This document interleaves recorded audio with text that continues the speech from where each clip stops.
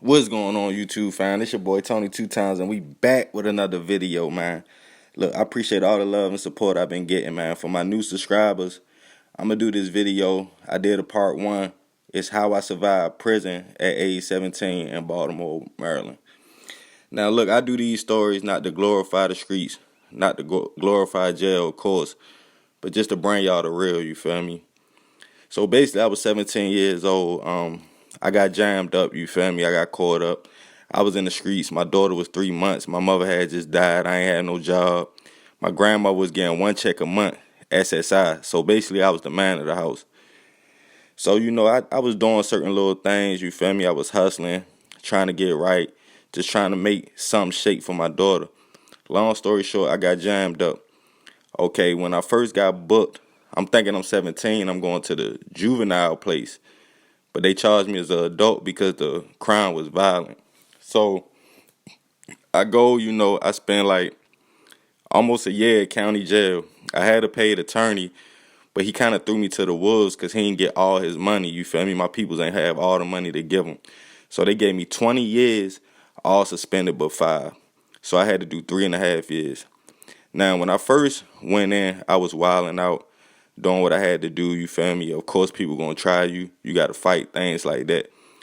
But I ended up, like when I turned like 19, I kind of got focused. I got my diploma, my GED. I went to school, got me a trade in warehouse management. Then I ended up, basically just reading every book, just trying to get knowledge, trying to change my life, trying to change the way I think. I was a kid at the time, and I thought the streets was where it's at. I thought there wasn't no way out. I thought that's the only thing I could do for the rest of my life. A lot of you young dudes out here, man, y'all get caught up in these situations and y'all get caught up in these cycles.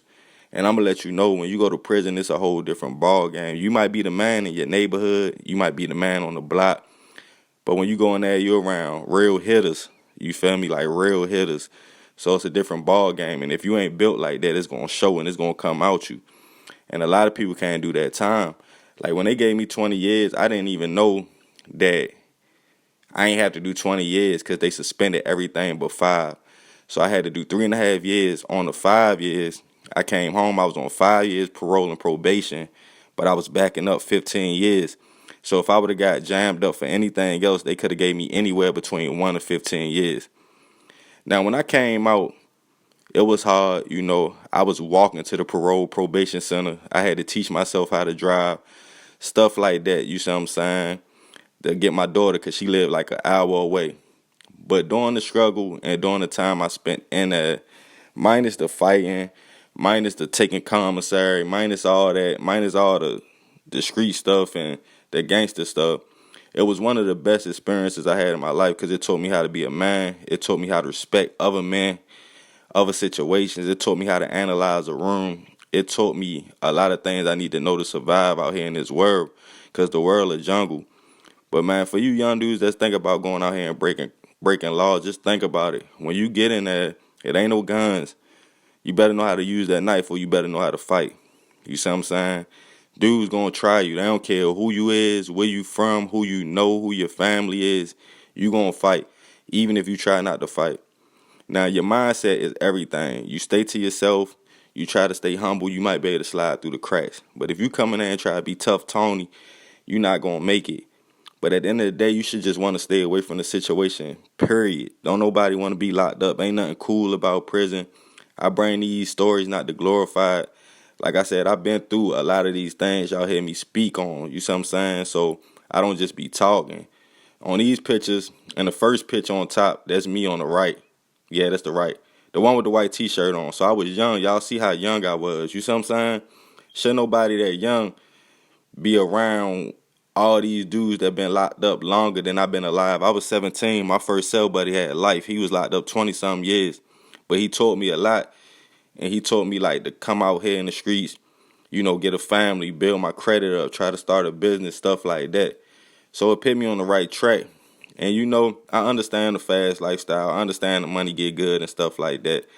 But, man, they throwing us away. You see what I'm saying? They pin us in these cells, and they throwing away the key. So make sure y'all stay smart out here, stay focused. There's a lot of legit ways to get money, you see what I'm saying? Now, this part two, I'm going to do a series on this, and plus I want to start something called CEO, Convict Evolved Over Time. So anybody that's ever been locked up, anybody that's a convicted felon, man, y'all reach out to me. I want to hear y'all stories. I want to do interviews with y'all, FaceTime interviews. That's going to be one of my segments. I've been wanting to start that segment, but I just been caught up. And we just going to speak on real topics, man, because it's hard to adapt to when some people come home and that's all they know. I got uncles that when they came home, they couldn't do nothing. You see what I'm saying? They were so institutionalized, their mind was just gone.